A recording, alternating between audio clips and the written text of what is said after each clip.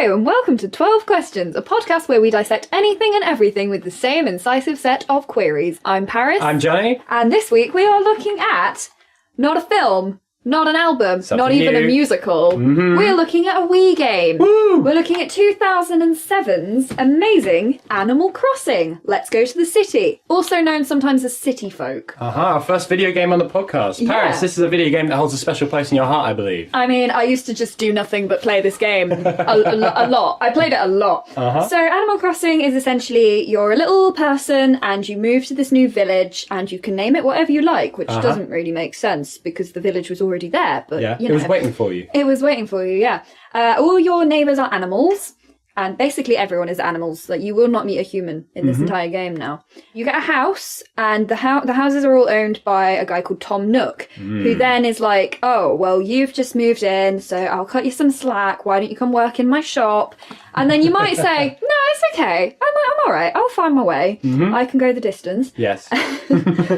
But he's like, no, I really think you should come work in my shop. He insists. So he basically forces you to work in his shop for in game time, it's like an hour. I don't know. You're kind of It working feels through like the whole 5 game. hours. You end up immediately tremendously in debt to Tom Yeah, Nook. and then he doesn't pay you. He just takes it off your mortgage. Yes. But he takes not a lot of money. He doesn't pay you a lot. No. And then you're in debt, and then you finish your debt, and he's like, "Oh, why don't we expand your house?" And Yeah. you're like, "Oh no, it's fine. I've just paid off my debt. It's cool." And he's like, "Oh no, I really think you should expand your house." So before you know it, you've got like a 3-story house, and you're in serious debt to a raccoon. So, in summary, the game is about pretty colours, colourful characters, managing property, and being constantly in a tremendous and crippling amount of debt. So, not too unlike our student experience, which is why we have decided to feature it on the podcast. Absolutely. So, as I gather, there are plenty of colourful characters for you to encounter in the world of Animal Crossing as you're walking about the town doing your business. Paris, have you got any of those to start us off with? Well, for our first question, who was your favourite character? Yes, Should we indeed. just run through a few of the Let's characters? get right to it. So obviously we've got Tom Nook, who I've just spoken about. He owns there's 2 shops in town. Yep. He owns the one that sells basically everything except clothes. And he also buys things. So Yes. you can shake a tree and get some fruit and sell it to him. But he is the only person that will buy things Yeah, from he'll you. buy anything. The other shop is the Able Sisters shop, and it's a tailor. Yep. And it's run by 2 hedgehogs that are Yep. sisters, and they are called Mabel and Sable.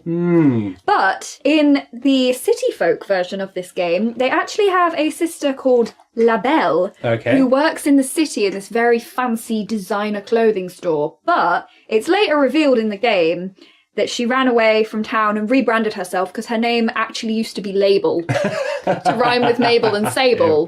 Right, so we have... So she renamed herself La Belle. Yes, so we have Tom Nook and the Able Sisters, the centre of the economy of the town. Can we speak to those characters in any way? What do we think of them? I quite like Mabel, Sable and Label. Yeah? I think they're quite cute. Okay. I like Sable because she just kind of sits at her sewing machine and is just quite sweet. And if you go and have a chat with her, she's like, "Oh, I'm doing some sewing." She's just quite nice. That She's is a nice nice. hedgehog. I don't like Tom Nook. Okay, tell Because me. as soon as you get into town, Yep. he forces you to work for him. Yes. He puts you in loads of debt. Yep. And then you're like, "Oh, I don't want to expand my house." And he's like, "No, expand your house." And then you finally finish your debt and he's like, "Oh, have a flag."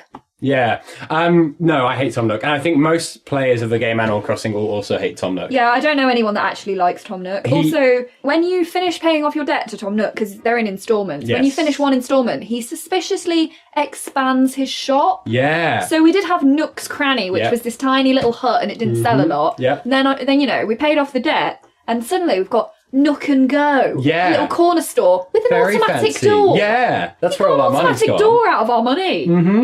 Yeah, Nook is very strange. He's a raccoon and he's always kind of holding your debt over you. But also, he runs most of the commerce in a town. So he's also the source of all your money. And he'll buy anything. You find a mushroom on the floor, he'll buy that. You find... Sold a mushroom for 10 grand earlier. Yeah, exactly. He'll pay to... I mean, I'm just wondering what his stockroom is like, in the back. Like, who is he selling? I don't know who he's giving this on to. You can sell him a fossil or a fish or a cherry, a single cherry. A single cherry. And he'll take it. He'll buy it. Yeah, and then if you give him something that he doesn't want to buy, like a pitfall seed, he'll be like, "Oh, I don't want to buy that, but I can dispose of it for you." Yeah. There's something shady about There's him. something very shady about that man. Okay, so that's Nook. Who else are we sharing this town with? You also have the museum, which Okay. is run by Blathers the owl, and the conservatory in the museum, upstairs in the museum, is run by Celeste. I think Blathers and Celeste are siblings. Oh, okay. Are they both owls? Yeah. Okay. Celeste is the pink owl. Oh, upstairs. yes, yeah. Yeah. Johnny's only played this once. Yes. Under duress. Also, if you go into the museum during the day, Blathers and Celeste are both asleep and you have to wake them up to talk to them. If you go at night, they're awake because They're night owls. they're owls, Yeah. obviously. Also in the museum, if you go downstairs into the cafe, you have Brewster's Cafe, run by Brewster the Pigeon, Okay. who is very strange because if he gives you a coffee, he's like, are you going to drink that? And you're like, no, I'm letting it cool because literally you just made it. Yeah. And he's like, what? How dare you drink it now? And he just gets really angsty about this. So, you just got to burn your mouth if you ever go in there. And sometimes he's like, do you want some pigeon milk? And I Ooh, think I that's don't a know bit shady because I don't know where that's coming from. Yeah, He's yeah. literally a man. Yeah, that's weird. Okay, so we got the birds. Got Blathers, Celeste, and that dude. Brewster. And Brewster. Yeah. What do you think of Blathers and Celeste? I really like Blathers. I pretty think cute. Blathers is very cute, but also he's a very obvious British stereotype. Oh, yeah? Because he's like, oh, once I get talking, I spout like a boiling teapot. What? And then he says stuff like hooty hoo. And he's just he's very cute though. He's afraid of insects. Oh, he is terrified of insects. Yeah, and then he runs the museum, which is Empty. weird. So I don't think he's particularly good at his job because the museum subsists entirely on donations which you give him as the player. Yeah. So I don't really get Blathers. The museum is essentially our storage unit of Yeah. fossils, but we can't get the stuff back. But all he's doing is like sort of being there. He's not. He's just kind of standing there. Like, Yeah. I've never seen him move. No, exactly. He just stands in the middle. Yeah. And Celeste just stands in the conservatory. Exactly. And anyone can just walk in. You could probably walk out Observatory, with not stuff. conservatory. Why did I say conservatory? Doesn't matter. Okay. Any other key characters in the town? On Saturday evenings, Oh, yeah? you get a guest in the cafe, Uh-huh. which is KK Slider, KK. who is just a dog with an acoustic guitar. What's not to love, I guess. I mean, yeah, he's just very cute. He just does a gig every Saturday, and you can get CDs off him, Oh, which you right. can put in your house, which is nice. Do the CDs cost money? I haven't met him in the game yet. No, they're Oh, that's free. cute. He just gives them out, but you have to listen through his entire song, Oh, which is where a bit the awkward. game credits come on. Ah. So you have to read all the game credits, there's and the never songs something are for really, nothing. really long Yeah, to there's get never- the CD. But the annoying thing with that is if you suggest a song to him that's not a real song, he'll play the whole thing for you and then be like, oh, I don't have a CD to give you because I literally just made that up now. So you have to do your internet research and actually write down a real song if you want a CD out of this and not just blah, blah, blah, blah. Okay, so he's all about the music, man, yeah. Okay. Interestingly enough, I have heard some of the music that he plays, because that's available, and I've seen what he looks like. He's playing guitar chords and he's only got 3 fingers. I'm not sure how he's doing it because I think some of those chords you need at least 4 fingers to play all the distinct notes on a guitar. So he's clearly very proficient at his art. And I respect dog. that, And especially as someone who's overcoming the adversity of being a dog, being able to play the guitar. That's quite impressive. Admittedly, a pigeon is a barista. What do you think's more difficult? Do you think it's more difficult for a dog to play the guitar or a pigeon to make a latte? Oh, I don't know. I think it might be harder for the pigeon to make the latte, actually, because they don't really have, like, hands. They just have wings, don't they? Yeah, That's exactly. true. And you're working with boiling liquid. So actually, maybe we misjudge Brewster. Maybe he's so stressed all the time because it's really hard for birds to make coffee. So those are the inhabitants of the museum. We've got a few more key villages to get. Yeah, we've got if we go to the town hall. Yes. The desk is usually manned by Pelly, Aw. who is a cute little pelican. And then at night, it's manned by Phyllis, who is a purple pelican. But Paris she's doesn't like really Phyllis. mean. She's so mean. Like, you stop talking to her and she's like, oh, don't let the door hit you on the way out. Or do. I just think you're being a bit quick to judge, Paris. I mean, like, I've played this game a long time, Yeah, but- Johnny. There's nothing quick about this. well, that's the thing. Like, if you're working the night shift at the town hall in Animal Crossing, where there's 7 people that live in this town, Then she can just take a nap on her shift. What's she so bothered about? you'd be complaining if she took a nap. I think, like, she. No one would notice. Well, maybe she's lovely outside her job. You only see her in her job. That's the thing. I just think, And, she's got a lot going on, I'm sure. And then at the back of the town Okay. hall, just kind of sitting at a desk, asleep most of the time, Yeah. is Tortimer the tortoise, who's actually the mayor of the town. Yeah, that's so a he's just scathing constantly indictment. asleep. Yeah. But on, special days, like festival days, he just stands in the town square and is like, Happy Valentine's Day, From Happy the St. mayor. Patrick's Day. And that's kind of all he does. So he is very, very pointless. We have another pelican who is Pete, the mailman. You occasionally see him walking around delivering mail, obviously. Yeah. He often talks about his undying love for Phyllis. Oh. But you then find, as you play the game, that Pelly is very in love with Pete. Oh, so love you triangle. have a tragic pelican love triangle, and I'm is- still rooting for Pelly. That is a real shame, because you like Pelly. I like Pelly. But why do you think he's attracted to Phyllis? You know, is it because she's a bit Is of it a... because she's purple? Whoa. That's not what I meant at all. I meant, maybe because she's a free spirit, she's not afraid to speak her mind and be direct and blunt. But no, you had to bring pelican, feather colour into this. I just don't think every issue's about that, Paris. I'm sorry, I think... A purple pelican is interesting. It's different. Okay. I don't know. All right, so that's a big selection of characters. Any more before we get to judging what our favourite one is? We also have the checkpoint. You have Booker and Copper. Booker is a bulldog and Copper is... I don't know. A different dog. I think he's a fox or he might be a dog. Okay, I'm not actually sure. They just man the gate. And also Booker is running the lost and found, but he's a guard at a gate. Yeah. So that's weird. He's very bad at running the lost and found. Yeah, because he just gives it to you. If you come up and you're like, oh yeah, this is mine, I lost it. He's like, okay, cool.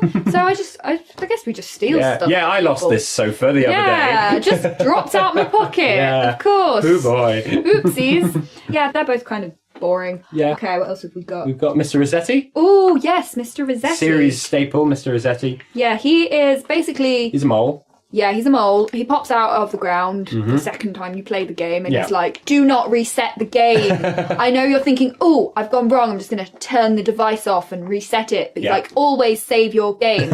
And if you don't save your game, he'll pop back out of the ground and yell at you. He really yells at you. And once I think I reset the game a total of 10 times. Yeah. And he was like, fine, if you're going to keep doing that, I'm just going to delete your entire game. And then the screen goes black. What? And I was like 13 at this point. And I was like, oh no, my whole town is gone. And then he comes back and he's like, I was just kidding.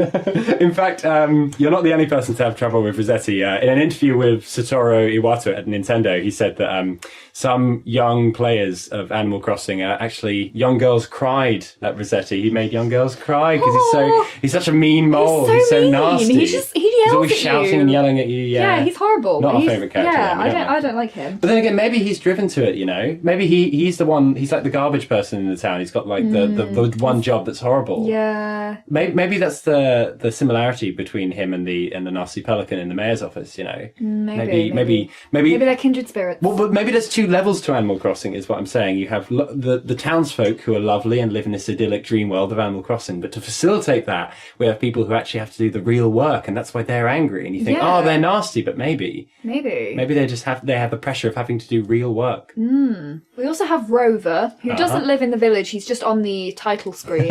You change your settings with Rover. You can also call him from your attic. But whenever you see Rover, he's just in a dark room lit by a single spotlight, and he's like, hello, welcome to the game. So he's very mysterious.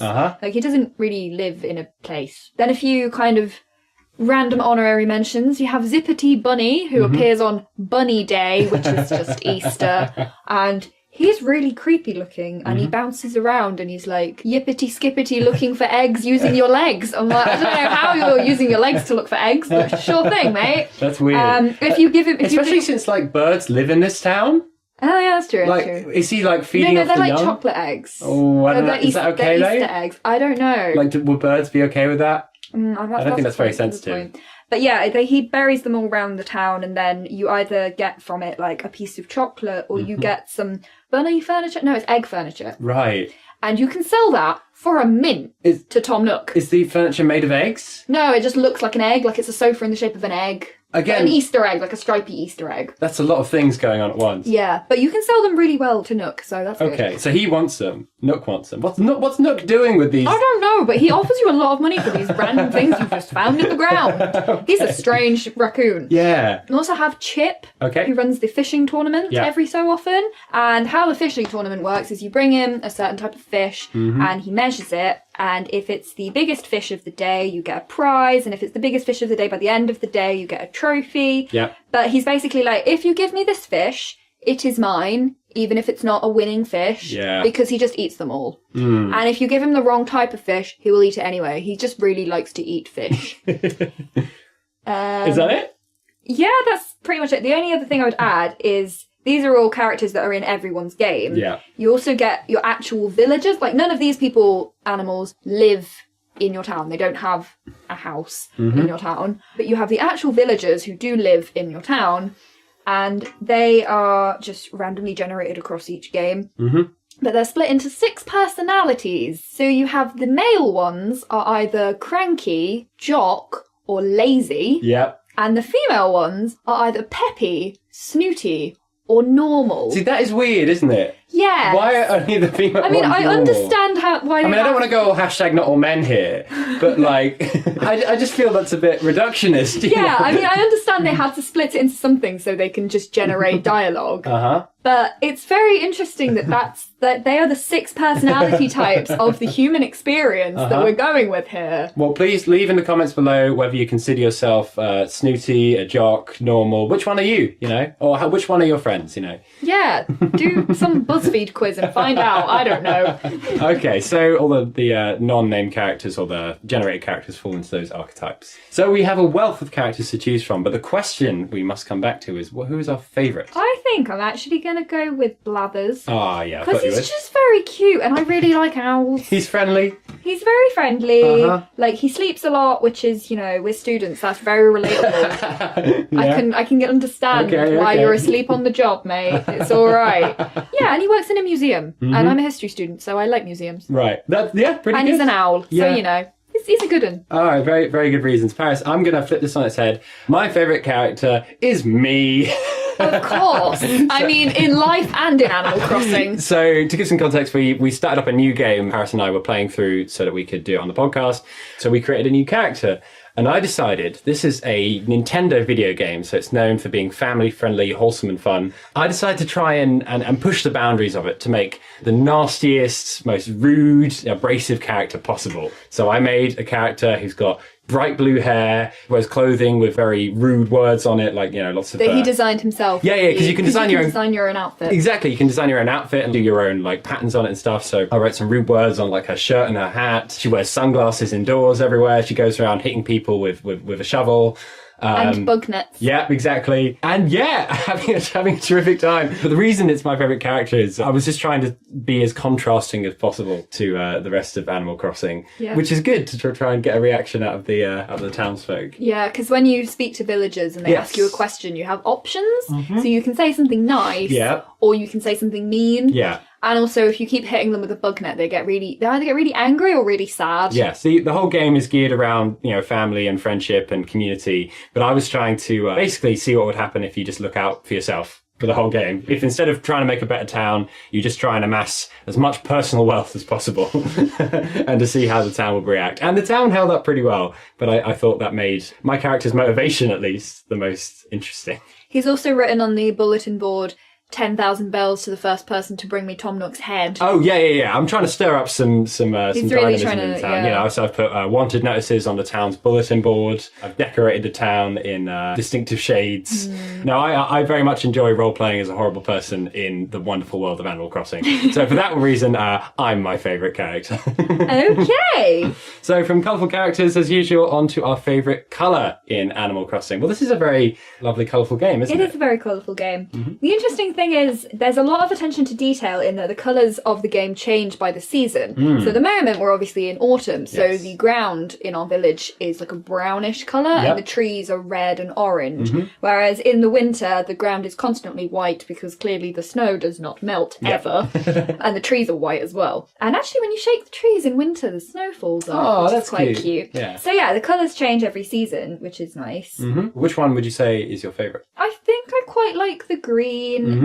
Because, I mean, yeah, the green grass is really nice in the summer. Yeah, that's fair. But I don't know if it's necessarily my favourite colour in the whole game. Okay. I'd have to jump in and say a nice bright red works very well for this game. The reason, there's a couple of reasons. One, we made our start our economic start in the game by selling cherries to Tom Nook. yeah.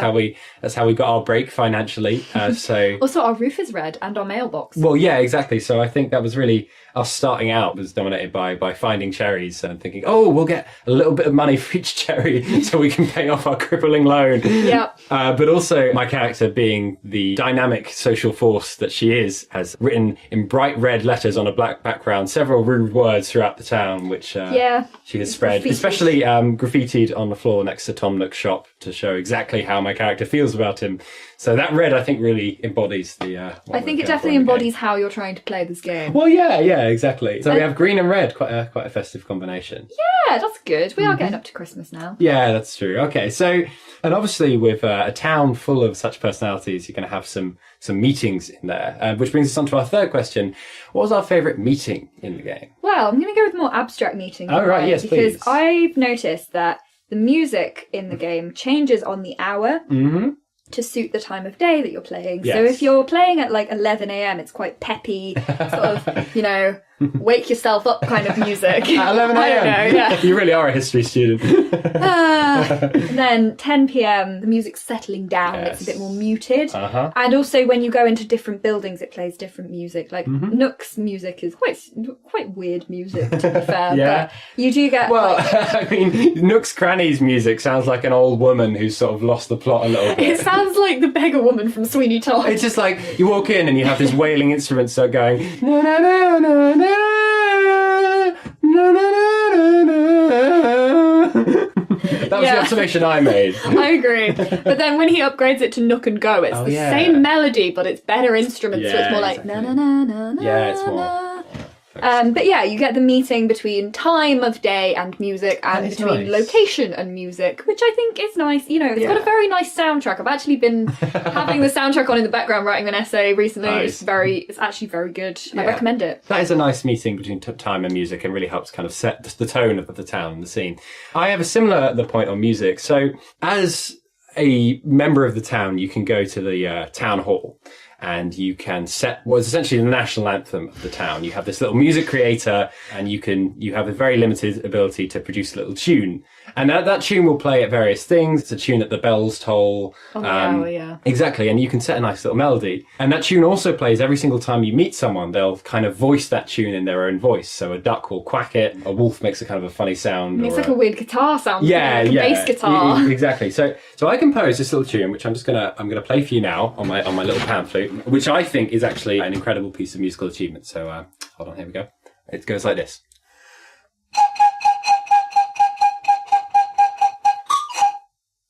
Pretty good, right? Pretty good. I think. Trying to hold back the laugh. I think that's a work of genius. Actually, Of I think course. that's an incredible. Mozart would envy you. Well, it's so simple and yet it conveys so much. It's so recognisable. It's iconic. You hear it. You can't forget it. It's memorable. Anyway, so every imagine you talk to a duck character and you start talking.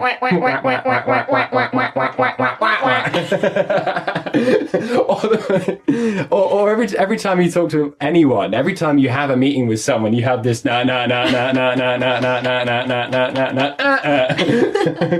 Which, trust me, when you've been playing Animal Crossing for a couple of hours, really kind of gets stuck in your head. It does get stuck in like your the head. first time you hear it, I know what you're thinking. This guy's mad. It's not that's not a good tune, but that's iconic. I mean, he left the house earlier, he knocked it on the door, and then for a solid half an hour later, I was just humming it to myself.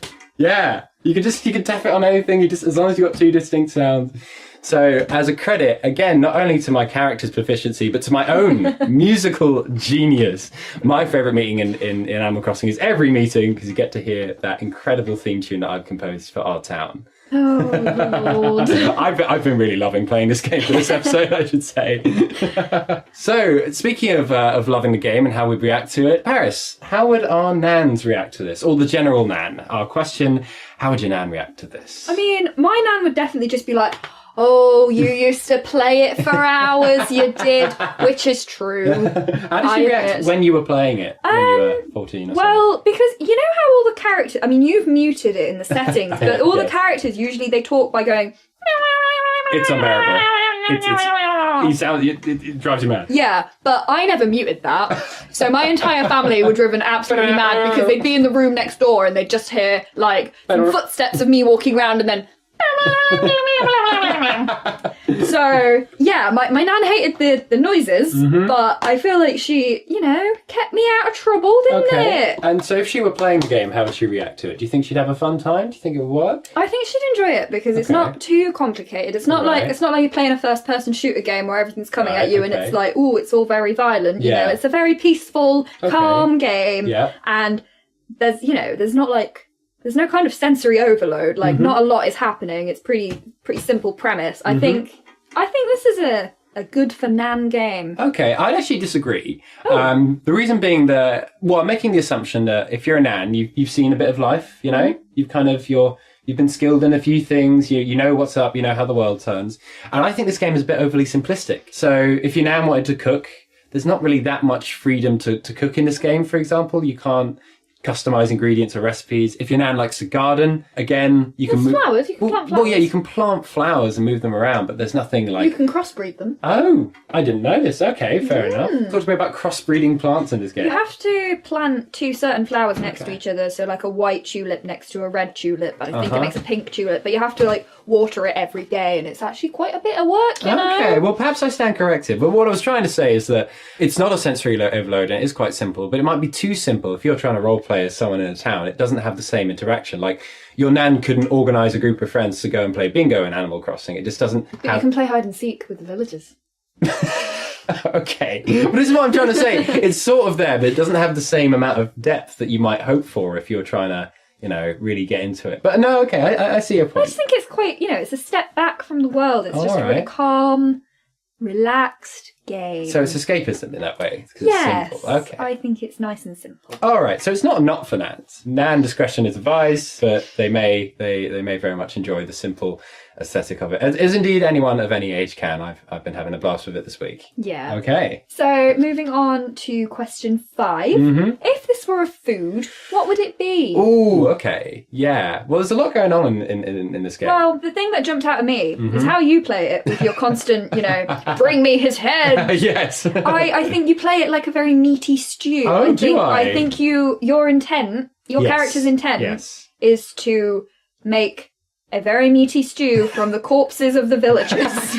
I mean, you're not wrong. Or some kind of Mrs. Lovett-esque pie. Okay. So, well, yeah, no, that's a fair point because the town is made up of a lot of different animals. They all come together. So, in a kind of diverse mixing pot, if you will. Yeah. But the way my character plays it is a bit more He savage. wants them all in the pot. Well, yeah. So is it like a feast where you have lots of different meats in there? Is that where you're trying to go? Maybe. That's not necessarily how it's supposed to be played. Well, but hey, where's the fun in that? Okay, so yeah, I see where that's coming from. If you weren't playing it like me, like you're trying to actively destroy the town that you were in, are there any other foods that might spring to mind? The game is pretty sweet, pretty nice. Yeah, I mean, I suppose then I'm thinking cherries. Ooh, yeah. We have cherry trees all around our town, and it's a luck of the draw what fruit you get. Because in previous towns I've had oranges. I think my other town was cherries as well, actually. I mean, it's a sweet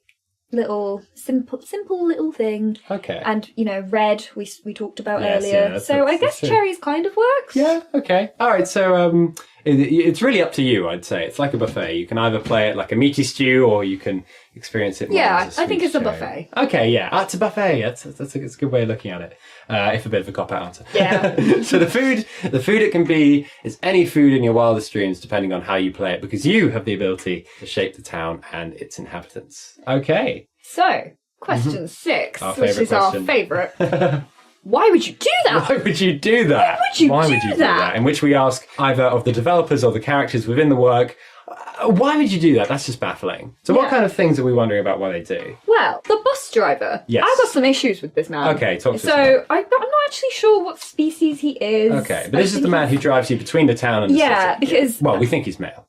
He's not a man, he's an animal. Yeah. I think he's male. Okay. I mean, you're the only person that ever bothers getting the bus into the city. Yeah. So you're always alone on the bus with this male. Yeah, already a bit and weird. I've never played the game as a man, so I don't know if it's different dialogue. Yeah. But the dialogue you get from him Yeah. is he's like, "Oh, you're going to buy clothes, but you look pretty as a picture in what you're wearing now." Ooh, And not appropriate. Then in some dialogues, he's like, "Oh, what do you say we go on a date?" I mean, no, never mind. Like, he literally asks you out, and it's like, you're an old man bus driver, Yeah, that's and weird. I'm probably like a 10-year-old. I Yeah. don't know. I don't know how old your character's supposed to be in this game. That's I mean, they not are living okay. on their own, but it's very creepy, and I'm kind of like, why did the developers decide that the bus driver was going to hit on you every time you get on the bus? Yeah, That's and which for weird. all we know is gender dependent. That if you play as a woman, then that's what that is very strange. It is very strange. Yeah, why would they do that? I don't know if that's a cross-cultural thing. I mean, obviously this game is made by Japanese developers. And I don't know if that's if that represents I think that. it was just a really bad translation. Oh, well, yeah, and well, in it the could be a Japanese, he's translation. actually He's just saying that you really look normal. nice or, yeah, I don't know. But yeah, that is creepy.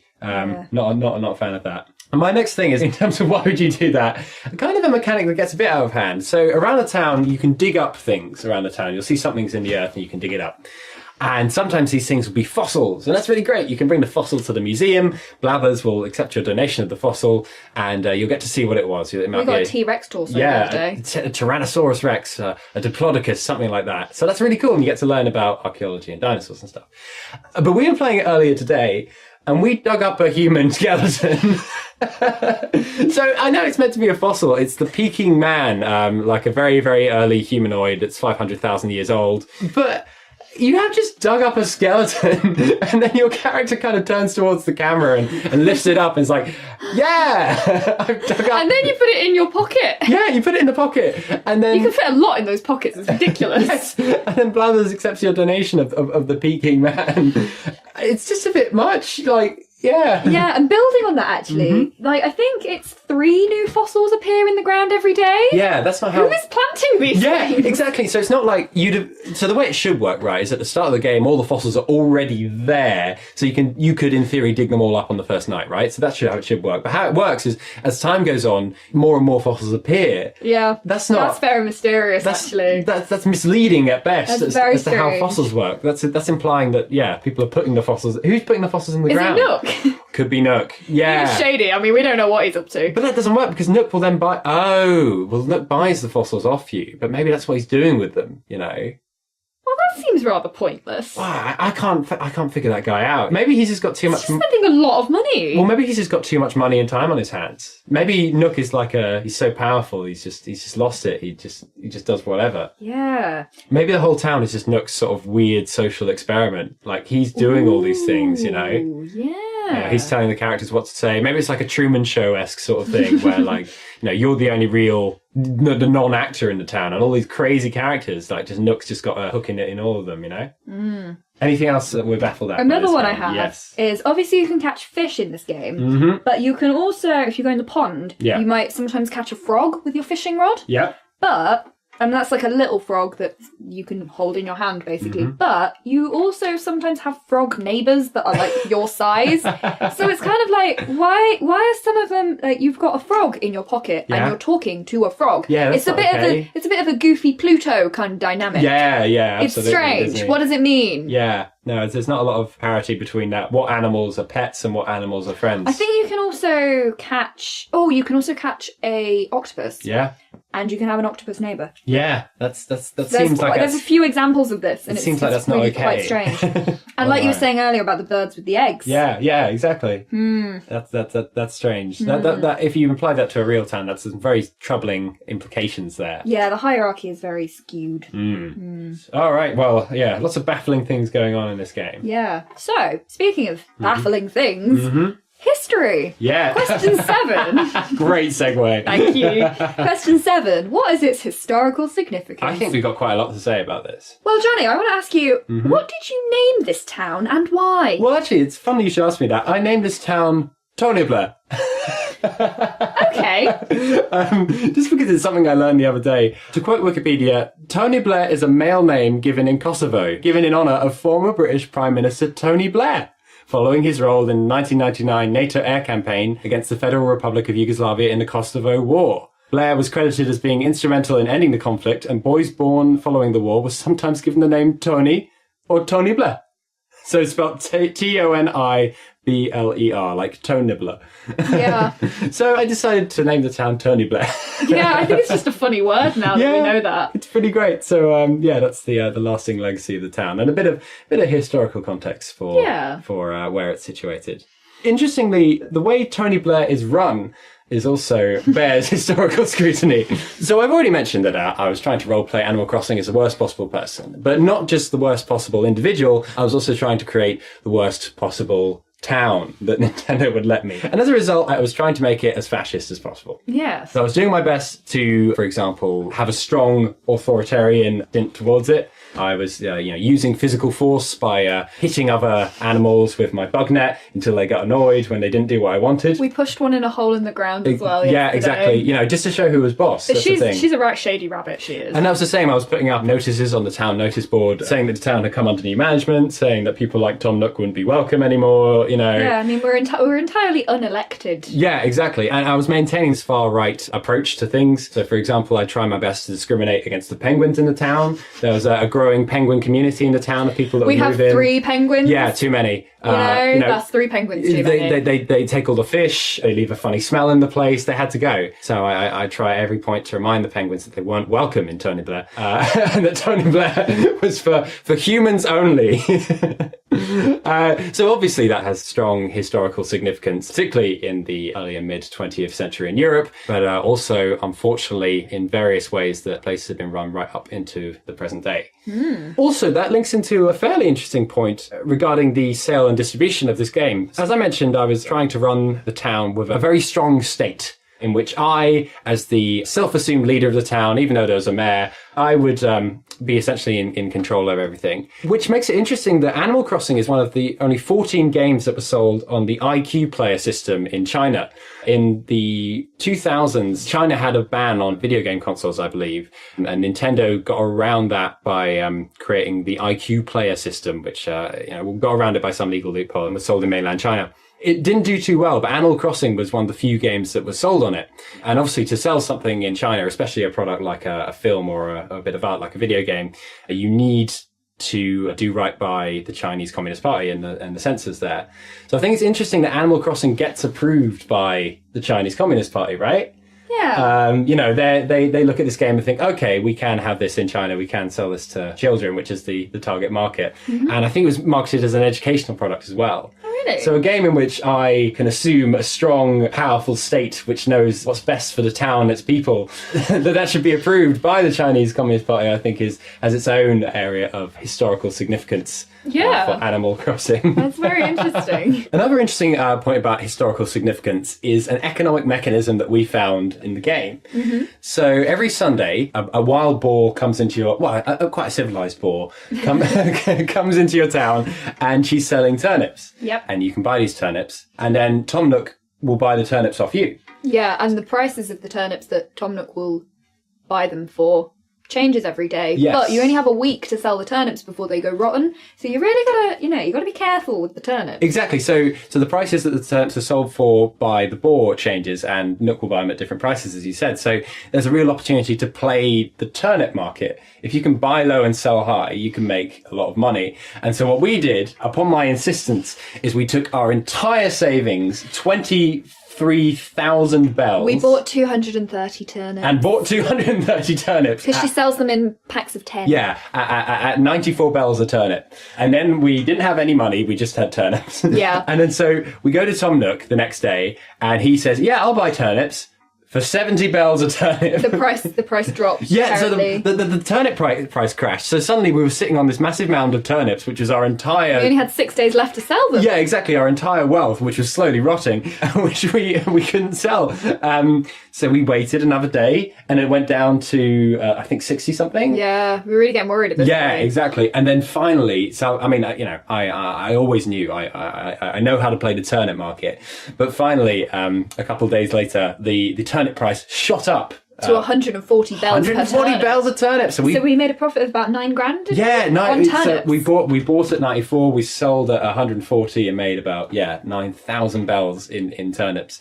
I don't know what's making the turnip market so volatile, but it reminded me from a historical context of tulip mania in the Netherlands. Okay. So this is in the golden age of the Netherlands in the 1600s, when suddenly there was this incredible demand for rare tulips. The tulips would be sold at auction houses, and they would raise crazy amounts of money. There was this huge bubble around flowers, essentially. So there was stories of like acres of land being given for a single tulip, or like property, or thousands of equivalent pounds being given for tulips, and they were.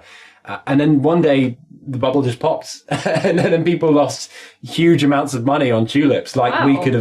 we could have potentially lost huge amounts of money on our turnips. So I think that's a valuable lesson from history in tulip mania is present in the turnip market of Animal Crossing. Yes, you can make money out of a bubble, of a sudden rise in turnip prices, but perhaps you should be more cautious of a turnip crash. Yeah. Would you say these rotting turnips could also be alluded to the subprime mortgages of the 2008 and 7 financial crisis? Yeah. Yeah, a loan that the person can't pay back is essentially a rotting turnip.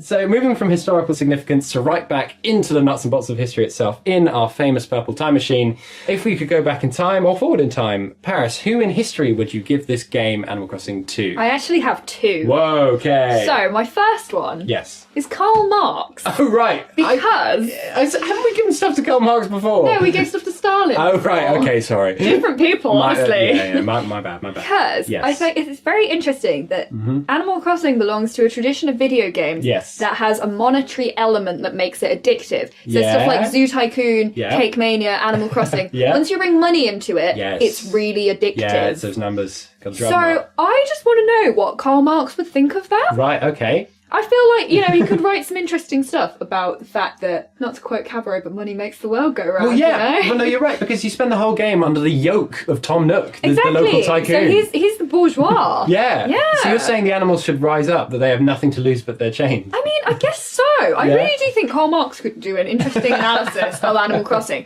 especially as Yeah. it's like, why is popular Western culture Mm-hmm. so inclined to video games that are into money? Yeah. And it's the illusion of freedom, isn't it? Like, you can pay back your loan any way you want, but you've still got this loan. Yeah. And you can go anywhere you want in the town, but the town is bordered by mountains and you can't actually go that far. Yeah. Yeah, that is interesting. Okay, so give that to Marx, yeah? Who else? And my second one is Adam Smith, Right. the economist Okay. of the 1700s. Uh-huh. Because I thought what was interesting Mm-hmm. is, as we've said, Tom Nook monopolises the majority of industry, Yeah. which goes against Adam Smith's idea of free market economy, Yeah. that rational self-interest and competition can lead to economic prosperity. Very There is true. no competition No, there isn't in at all. this town, but it's not unprosperous economically. I don't know, though. I don't know. So I think that would be interesting. I think he'd have some things to say about that. Well, yeah, exactly. You have to, if you want to buy something, you have to buy it from one person at a set price, and Nook can essentially fix prices as much as he wants. Yeah. So that doesn't really drive economic competition at all. Yeah. But then does that hinder prosperity? Ooh. Because we're doing all right. Really. Well, no, I don't think we are, because we're tremendously in debt. Oh, that's true. But then, yeah. Because, like, if we could buy things for cheaper, or if we could shop around for a loan, then we'd be doing better, I think. The only person prospering is Tom Nook. Yeah, because there's no competition against him. Oh, Yeah. gosh, we've really cracked the economic code on Animal Crossing. Exactly. So you give this to Adam Smith? Yeah, and Karl Marx. Yeah, okay, very nice. So, question 9. When will this be forgotten? Now, I'm thinking with this, amongst people of my age, really, there's a kind of an in-joke around Animal Crossing. Okay, Like, me and what's good that? friends will just joke about Animal Crossing. Like, I could go up to certain friends of mine and be like, Tom Nook is the worst, isn't he? Yeah. And they'll be like, oh my god, absolutely. And we can just have an entire conversation about that with no further context. I mean, that's very clear to me, Paris, is that you will never forget Animal Crossing. I mean, yeah. But I feel like there is a kind of jokey culture amongst people that have played Animal Crossing. Like, people that have played it will always remember it and and slag off Tom Nook and things like that. And there's, it's a comic little bubble, I suppose, but maybe it's a bit niche. Yeah, and the main characters are like, they're a bit of one of those iconic Nintendo franchises. Like, specific Mario games get forgotten, but Super Mario lives on. Yeah. Animal Crossing, it's not Nintendo's A game, but it's a solid B player, turns up in the roster from time to time. Yeah. So the series is, probably has some legs in it for, maybe a few more years. Yeah. This game in particular, Animal Crossing, Let's Go to the City for the Nintendo Wii,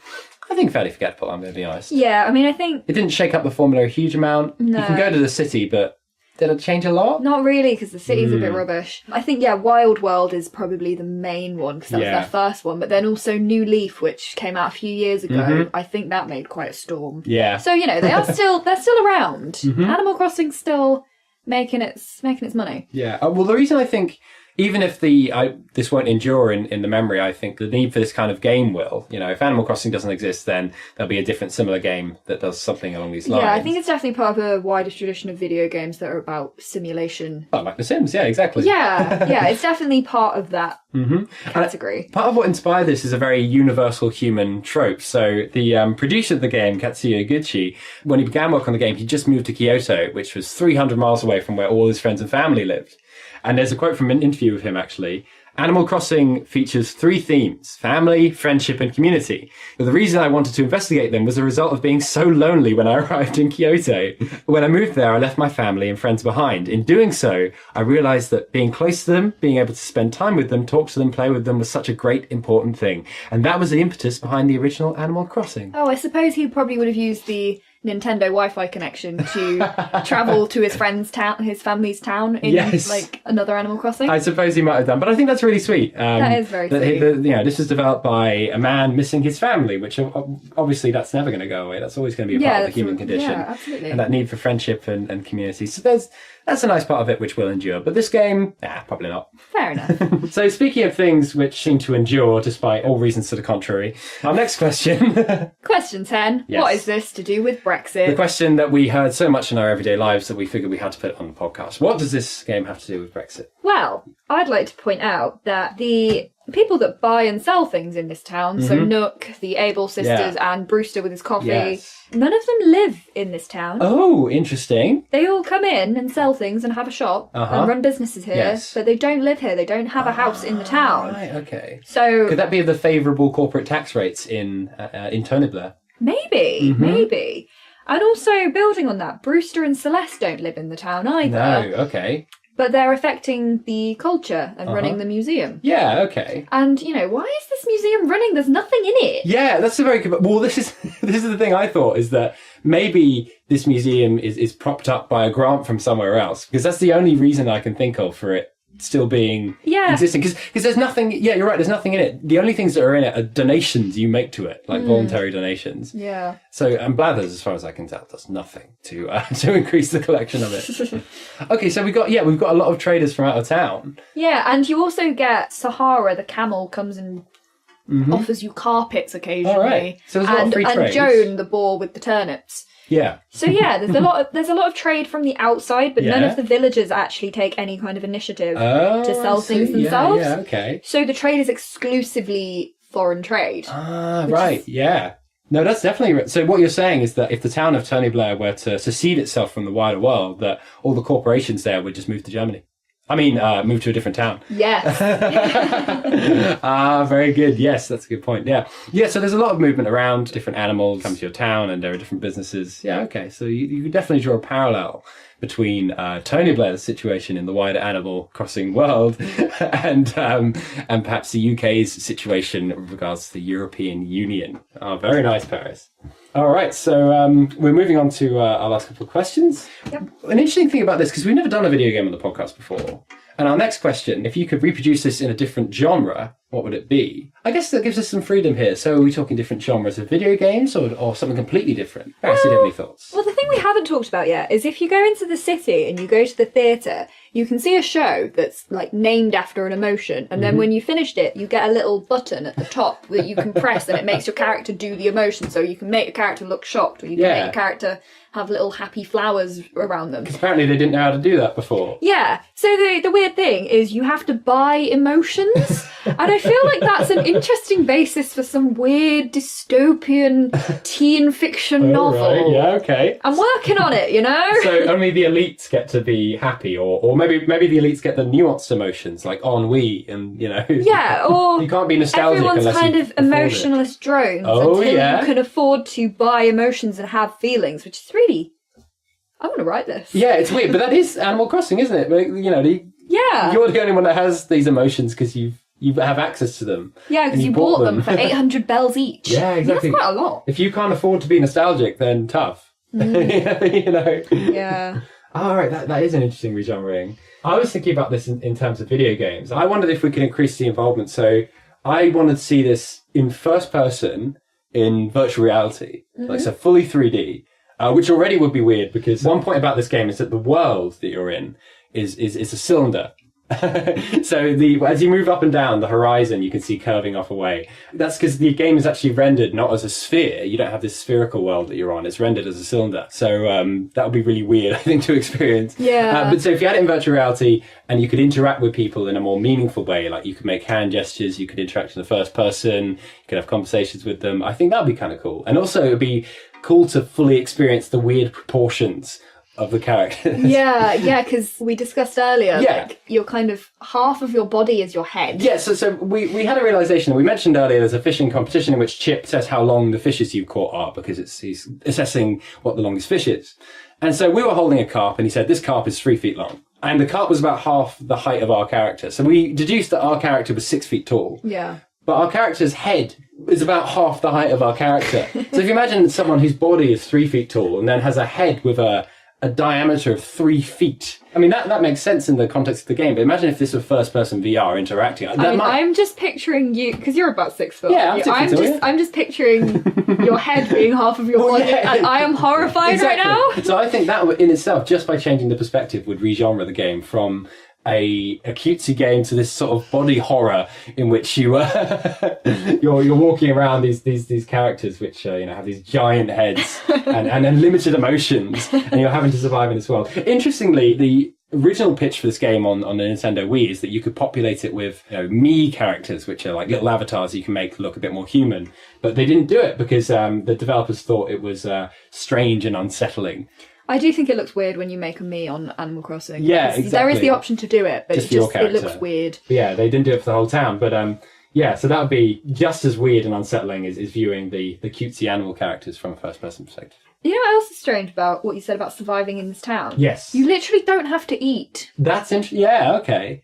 So would you re-genre it by adding a bit more of a survival mechanic where you have to eat and drink and you have to stay warm and that otherwise your character dies, or? Yes, but then would it turn out like Sims? Yeah, okay. Yeah, I guess you got to differentiate it from Sims. That's what fair I'm enough. thinking, yeah. Okay, yeah. We'll keep the cute, simple appeal of it for now. But make it virtual reality. Yes. Or a dystopian novel about buying emotions. Or both.